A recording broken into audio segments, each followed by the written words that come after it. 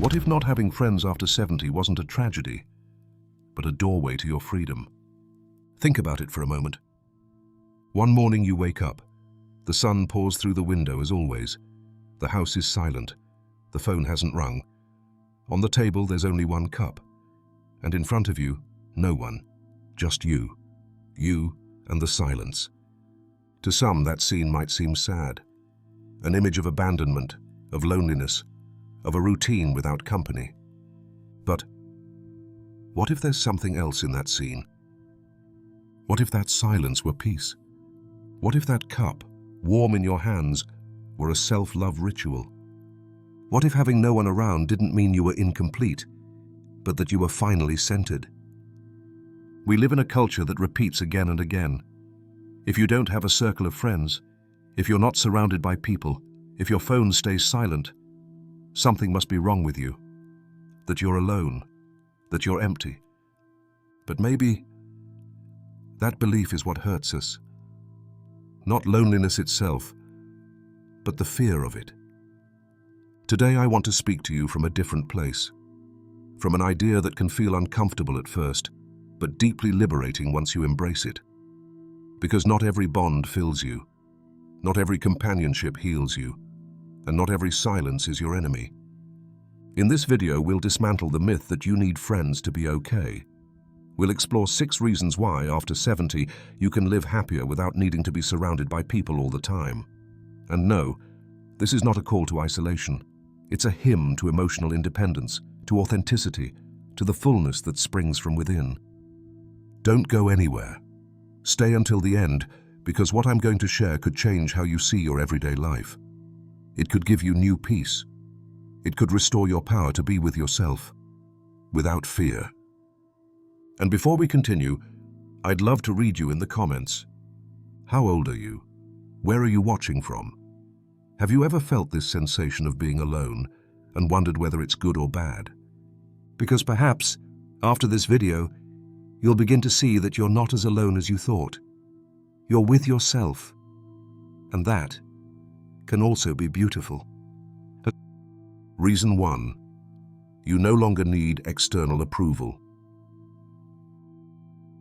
When we're young, we chase belonging. We want to fit in, to be accepted. We strive to please, to be part of something, not to stick out too much. We choose our clothes with others in mind. We measure every word. And sometimes we drift away from who we truly are, just not to be alone. But maturity asks for something different.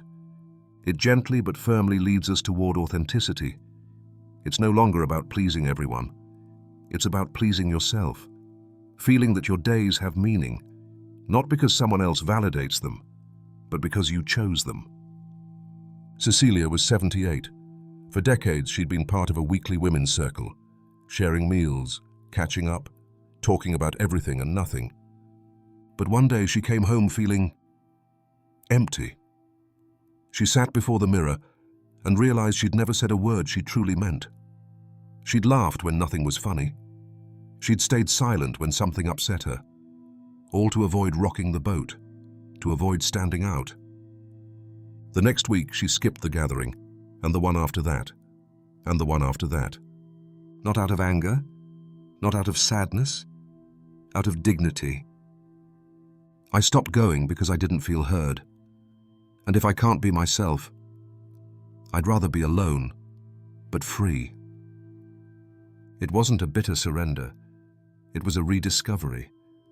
Because sometimes the ties we've carried through the years no longer reflect who we are. Sometimes old friends still picture you as the person you were 20 or 30 years ago, and that person no longer lives inside you. So, why maintain relationships that uphold only an outdated image of who you were, instead of honoring who you are now? It may sound drastic, but it isn't. It's natural, and it's brave. Because when you release the need for external approval, something profound happens inside. You can finally look at yourself with your own eyes, not through others' eyes, not through their opinions or expectations, just you. Now, I invite you to a small exercise. You don't need paper. Just listen to these questions and answer them in your heart. Who are you when no one is watching? What have you given up to please others? And what would you do today if you knew you needed no one's approval? Sometimes growing older grants you this gift, permission to finally be yourself. And if that means walking alone for a while, so be it. Because there's a freedom found only when you stop seeking company, and that freedom is a powerful form of self-love. Reason 2, you can rediscover your own company. What if I told you that solitude isn't a punishment, but an opportunity?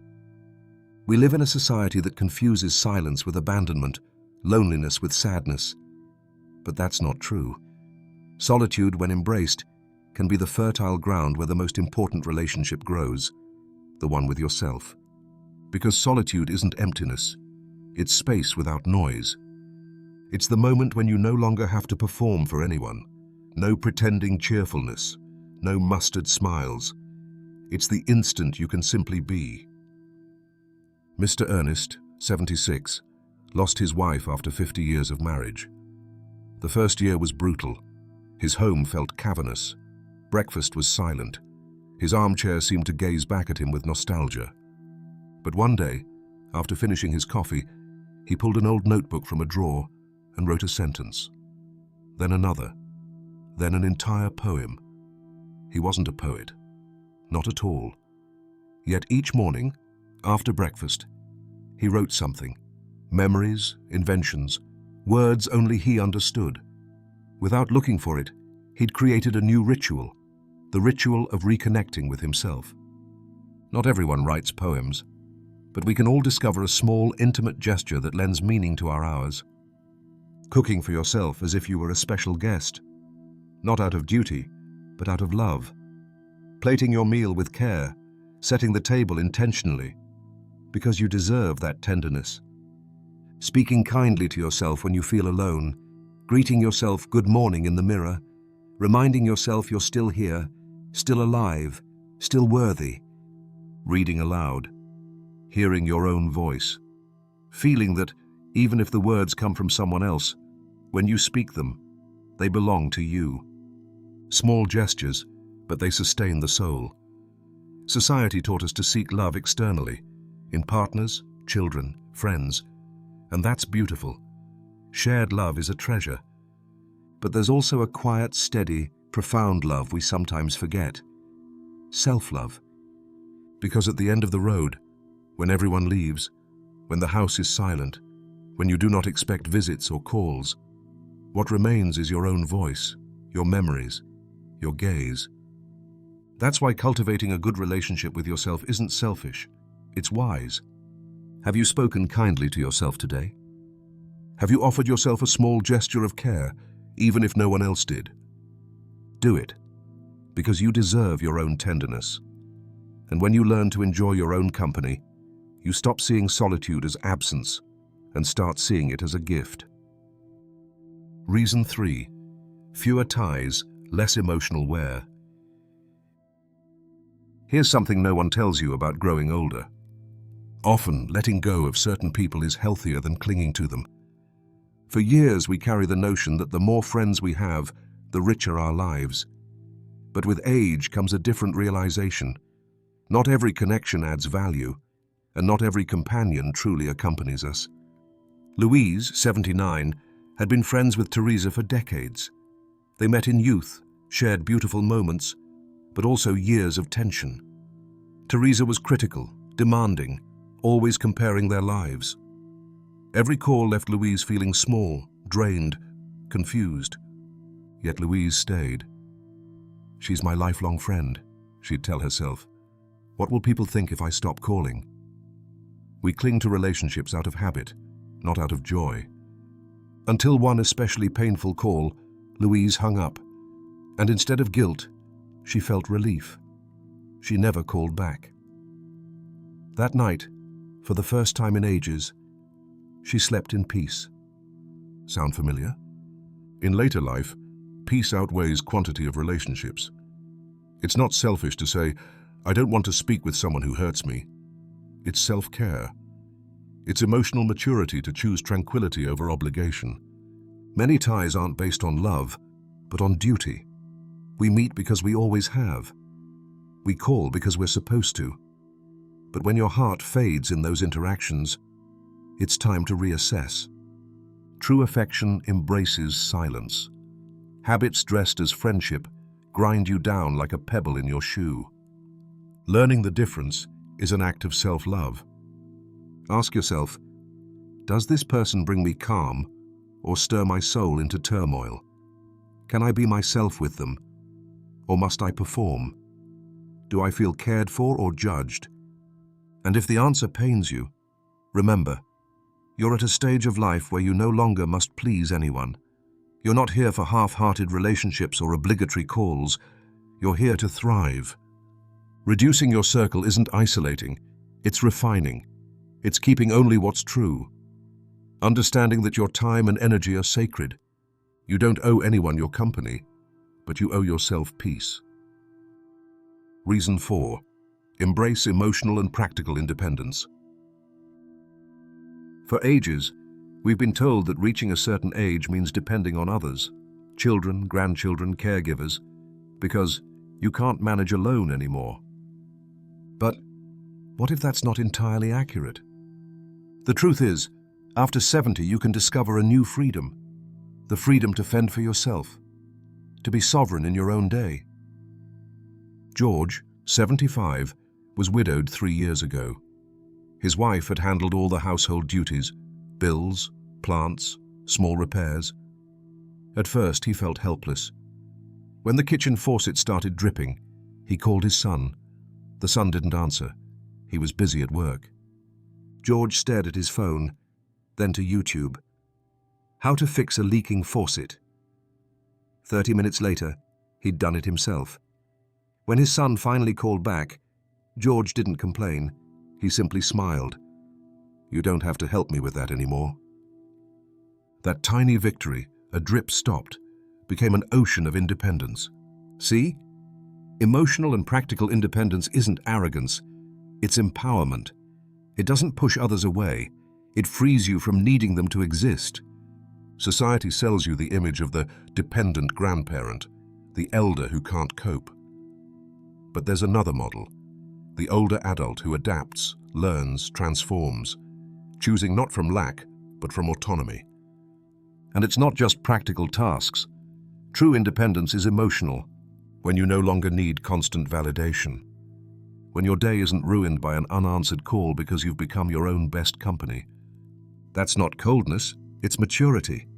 Yes, it's still lovely to receive love, but when you don't rely on it as oxygen, you breathe freer. Cook your favorite meal without thinking, "How sad, no one will share this with me." Go to the doctor on your own and then buy yourself flowers just because.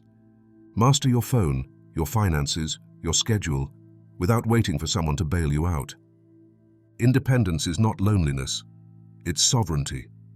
It's seeing your home, your calendar, your heart, and knowing you reign in that small kingdom.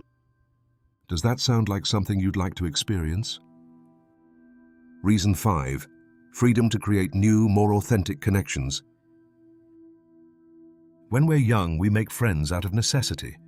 Not to be alone at recess, to have someone to go out with on Saturday, to feel part of something.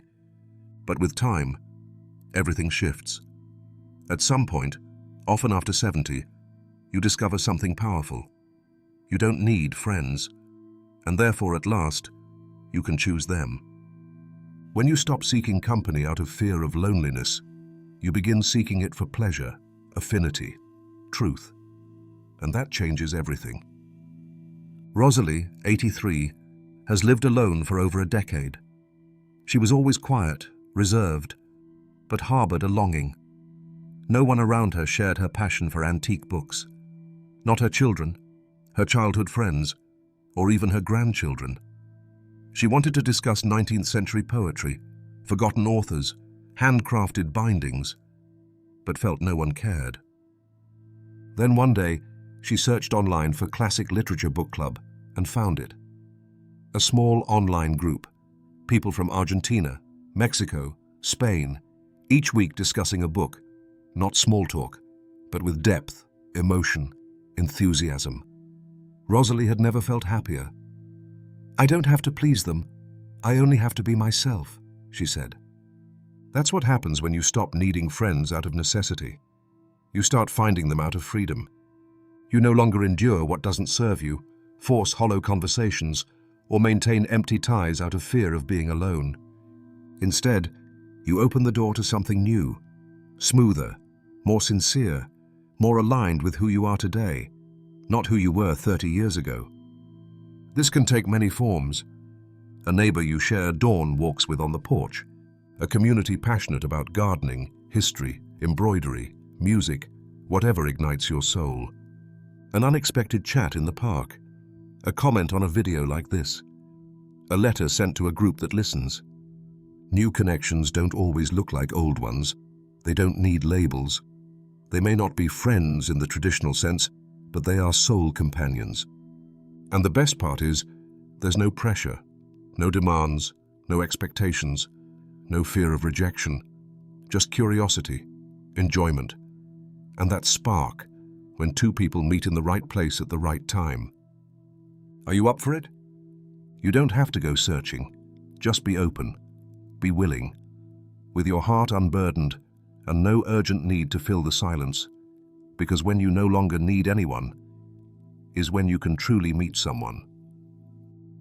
Reason 6. At this stage, the most precious gift is inner peace. With age, you learn that some things can't be bought with time or effort. You learn, above all, that there's one treasure more precious than any other: inner peace. When you're young, you chase excitement. You want to go, to do, to be seen. Silence feels like punishment. Friends, many, varied, fleeting, fill the voids without your notice. But after 70, something changes. You no longer want to patch every gap. You no longer speak just to speak or keep company so you don't face yourself. You begin craving something else: serenity, a slower pace, silence with meaning, presence. And then you discover that having fewer friends isn't loss. It's a blessing. Fewer social obligations, fewer outside opinions, fewer borrowed dramas, more room for yourself, more clarity, more calm. Mr. Angel, 85, was once the life of every gathering, organizing, chatting, hosting, always in motion. But one day, my soul got tired of the noise, he says. He stepped back. Now, his routine is simple. He wakes early, turns on the radio for half an hour, listens to news or a song, then switches it off. He spends the rest of the day in silence, reading, strolling, observing. Sometimes he sits at dusk in his rocking chair, watching the light dance over the garden. No one else is in the house, yet he doesn't feel lonely. He feels at peace. I don't need to talk as much as before, he says. Now I'm content just to feel. There's a great wisdom in that. Peace isn't found when everything's perfect. It's found when you stop seeking the unnecessary, when you don't need calls to feel loved, when you can switch off your phone without fear of missing out, when you know you don't need company to be okay. Yes, some days bring nostalgia. That's natural. The heart remembers, but it also learns to adapt, to appreciate the wind's whisper, a bird's song, a warm cup in your hands. Simple, true things. And you know what? That too is company. Soul company. So if today you have few friends, or none, don't think you lack something. Perhaps unknowingly, you're already receiving life's greatest gift at this stage, the chance to live unmasked, without expectations, without noise. Just you, your home, your time, and that silent peace that settles in when you stop racing.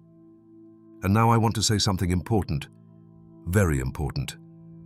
This video is not a banner for shutting your heart to the world. It doesn't say, you need no one, shut everyone out. It's not an invitation to build walls of pride. Quite the opposite. This message invites you to stop emptying yourself out of fear of being alone, to stop accepting ties that drain you just to avoid silence. Because being alone isn't failure, and being accompanied isn't always victory.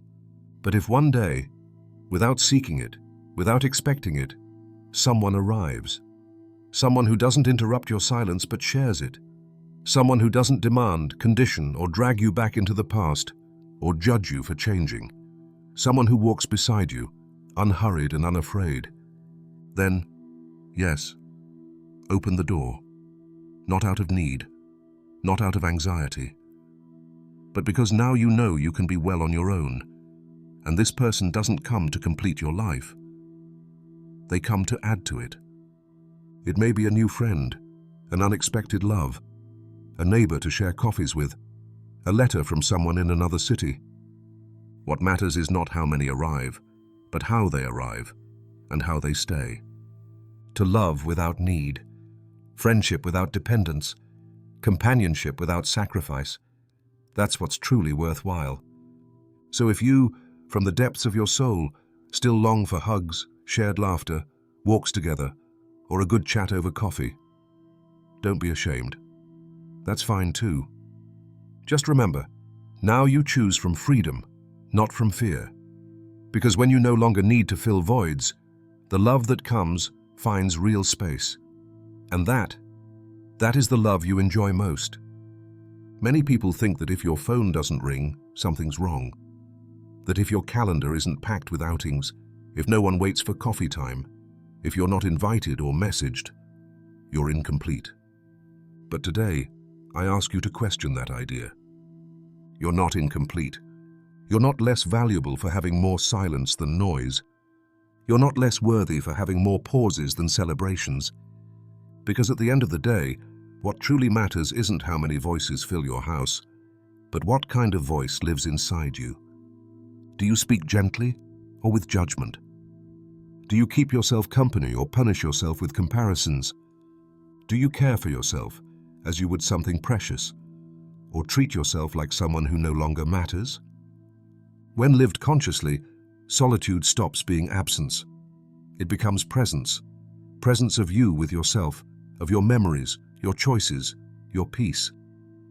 Perhaps this stage of life doesn't bring many visits. Calls may not come daily. Your days may not be full of people. But that doesn't mean they lack meaning.